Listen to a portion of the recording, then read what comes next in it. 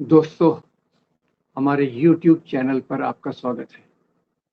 आज हम बात करेंगे जो इज़राइल और अमेरिका ने मिलकर ईरान पर हमला किया है, उसके बारे में।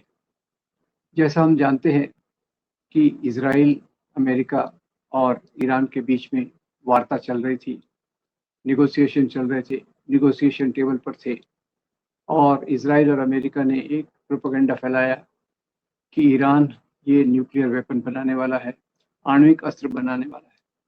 उसी के साथ-साथ उन्होंने कहा, ईरान के अंदर जो लोगों के मानवाधिकार हैं, उनको काफ़ी हनन हो रहा है और इसलिए वो वहाँ सत्ता परिवर्तन चाहते हैं।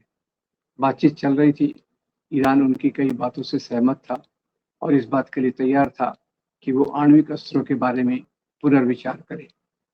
इसी बीच इज़राइल और अमेरिका ने मिलकर ईरान पर हमला कर दिया और इस हमले में बहुत शर्म की बात है कि एक स्कूल की 165 बच्चियां मारी गई, साथ ही साथ करीब 5000 लोग मारे गए और उससे भी बड़ी बात ये कि ईरान के सर्वोच्च नेता अयतुल्ला ख़ामेनी अपने परिवार के कई सदस्यों के साथ मारे गए।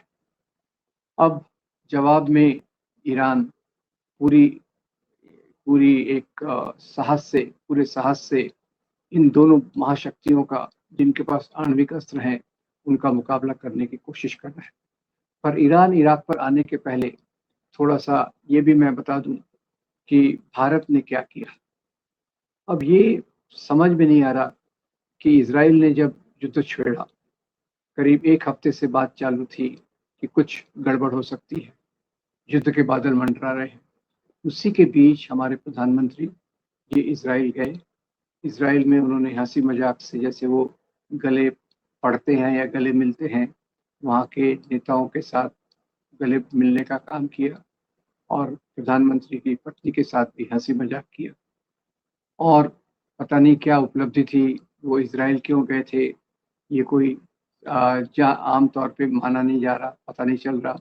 केवल इतना ही पता चला कि मोदी जी को इज़राइल के सर्वोच्च सम्मान से नवाज़ा गया।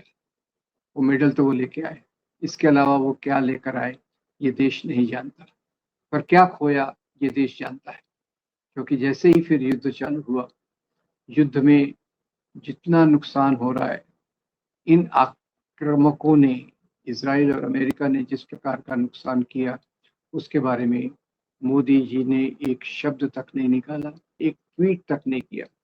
वहाँ का सर्वोच्च नेता मारा गया, नो ट्वीट। वहाँ की 165 बच्चियाँ मारी गई, नो ट्वीट।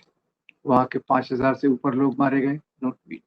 मोदी जी हमेशा जो तैयार रहते हैं ट्वीट करने के लिए, इस बार पूरे शांत रहे। तो इसका क्या मतलब है कि क्या भारत इज़राइल के साथ इस युद्ध में खड़ा है? और हाँ, ये बात लगती भी है, पूरी दुनिया को भी लग रही है, ईरान को भी लग रही है कि भारत ने अपना पाला पूरा इज़राइल के साथ डाल दिया है। क्योंकि एक तो उसी समय वो अमेरिका गए थे, दूसरा उन्होंने ईरान पर जो हमला हुआ इज़राइल और अमेरिका का, उसकी कोई निंदा नहीं की। ईरान के जो लोग सर्वोच्च नेता मारे गए, उसकी निंदा नहीं की। केवल एक शांति की अपील की, जिसमें दोनों पक्षों को बराबर से रखा गया। अब आप इज़राइल, अमेरिका और ईरान को एक एक तराजू में कैसे तोल सकते हैं? क्योंकि ईरान पर तो हमला हुआ और ये दोनों हमला करने वाले हैं। तो अपील तो हमला करने वालों देशों से होना चाहिए कि आप इस युद्ध को रोक दो।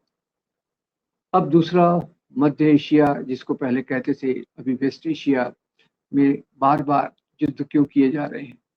पहले हमने देखा अफ़गानिस्तान पर अमेरिका ने हमला किया, 60,000 लोग मारे गए। इराक पर हमला किया इस बहाने कि वहाँ वेपन्स ऑफ मास डिस्ट्रक्शन है, कोई वेपन्स ऑफ मास डिस्ट्रक्शन नहीं मिले और लाखों इराकियों की ज़िंदगी बर्बाद हो गई। इसी के साथ-साथ पूरा इराक एक तरह से अ, डिसइंटीग्रेट टाइप हो गया। लोगों में, देश के रूप में तो नहीं, पर लोगों में एक बहुत बड़ी हलचल हुई, उनके जीवन में एक बहुत बड़ा प्रलय आया। अब क्या कारण है इन सब का?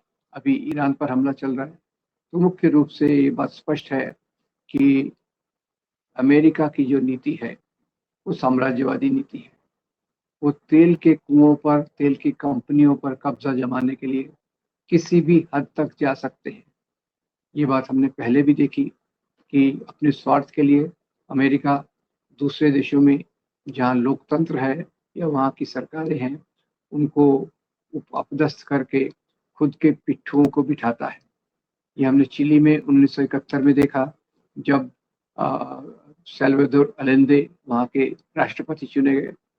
उन्होंने कॉपर माइंस का नेशनलाइजेशन किया। कॉपर अमेरिका को बहुत ज़रूरी था, तो उन्होंने अलेंदे की सत्ता को हटाकर वहाँ पिनोशेट नाम के एक डिक्टेटर को बिठा दिया। ऐसे ही अगर आप देखें तो उन्होंने ये बात जो है 1989 में, ऐसे ही जब ईरान में क्रांति हुई थी जिसमें आयतुल्ला सत्ता पे आए थे, उसके पहले 1953 में ईरान में जब एक लोकतंत्र की सरकार मोहम्मद मुसद्देक के रूप में चुनकर आई थी, उस सरकार ने भी तेल के कंपनियों का राष्ट्रीयकरण किया, तो उसका भी सत्ता पलट करके अमेरिका ने अपने पिट्ठू रजा शाह पहलवी को बिठा दिया। तो ये तेल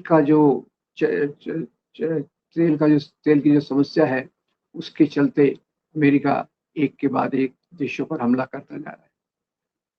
चिली पे हमला किया, चिली पे सत्ता परिवर्तन करवाया, क्योंकि वहाँ उसे तांबे की ज़रूरत थी, कॉपर माइंस की ज़रूरत थी, तो वहाँ उसने किया। बहानेबाजी तो होती रहती है। बहाना भी ये है कि ईरान आणविक अस्त्र बना रहा है, जो गलत है। इराक में आरोप लगाया गया था कि वहाँ वेपन्स ऑफ मास डिस्ट्रक्शन है, वो भी गलत निकला। और इसी के साथ साथ पूरी मानवता के इतने लोग मारे जाते हैं। तो ऐसे युद्ध जो इजराइल और अमेरिका एक ही थैली के चट्टे बट्टे हैं, वो किस प्रकार से दुनिया में मानवता का नाश कर रहे हैं, ये देखने की बात है। ये जो साम्राज्यवाद है, इंपीरियलिज्म है, इसका उद्देश्य ही रहता है कि दुनिया के कच्चे माल पर अपना नियंत्रण करना, दुनिया के प्रॉफिट्स पर अपना नियंत्रण करना, और उसी के चलते वो अलग अलग प्रकार की चीज़ें करते रहते हैं। अभी पूरी दुनिया में इजराइल और अमेरिका की निंदा हो रही है, कई जगह जुलूस निकाले जा रहे हैं, और ईरान की तारीफ भी हो रही है कि कैसे उसने बिना अपनी रीढ़ की हड्डी को झुकाए इन दो बड़ी आणविक न्यूक्लियर वेपन्स वाली महाशक्तियों का मुकाबला करने की ठानी है, और उन्होंने झुकने के बदले लड़ना स्वीकार किया। पूरा देश उनके साथ है, और बाकी उनकी जो अंदर की समस्याएं हैं वो तो हैं, और अंदर की समस्याएं बाहर से हल नहीं की जा सकती। अंदर की समस्याओं को हल करने के लिए अंदर के ही साधन लगते हैं, लोगों की जागृति लगती है, लोगों के एक प्रकार का डिटर्मिनेशन लगता है, जिससे मानव अधिकार ज़्यादा मजबूत हो सके। यही उसका एक तरीका रहता है। इसराइल और अमेरिका द्वारा जो हमला है, अब उसमें इसराइल की भी ये चाल है कि वो वेस्ट एशिया में अपना दबदबा और भी बढ़ाना चाहता है। वो नहीं चाहता कि वेस्ट एशिया में कोई भी और देश शक्तिशाली बने, क्योंकि ईरान शक्तिशाली बन रहा था, तो इसलिए उसको तकलीफ हुई और इसलिए उसने हमला करने की ठानी। और ऐसी चीज़ों में अमेरिका हमेशा इन देशों का साथ देता है। एक तरफ अमेरिका दावा करता है कि वो सबसे बड़ा लोकतांत्रिक देश है, दूसरी तरफ दुनिया की अलग जगहों पर लोकतंत्र को समाप्त करके लोगों की सॉवरेनिटी को चैलेंज करके खुद के पिट्ठुओं को बिठाना या सरकार को बदलना, ये उनकी नीतियां रही है, जो मेरे ख्याल से साम्राज्यवाद का फायदा करती हैं और आम देशों का बहुत बड़ा नुकसान करती हैं। हम क्या उम्मीद करें, क्या होगा आगे, यह भी कहना मुश्किल है। और इसमें दो बातें क्लियर हैं। एक तो भारत अमेरिका के सामने नतमस्तक हो गया है, पूरा पूरा उसके सामने झुक गया है, पूरा पूरा उसकी मदद कर रहा है। और दूसरा, इस क्षेत्र में इजराइल किसी दूसरे देश का दबदबा नहीं चाहता। इजराइल, अमेरिका इस क्षेत्र के कच्चे माल पर अपना कब्जा मजबूत करना चाहते हैं, और ये उसी की दिशा में एक कदम है।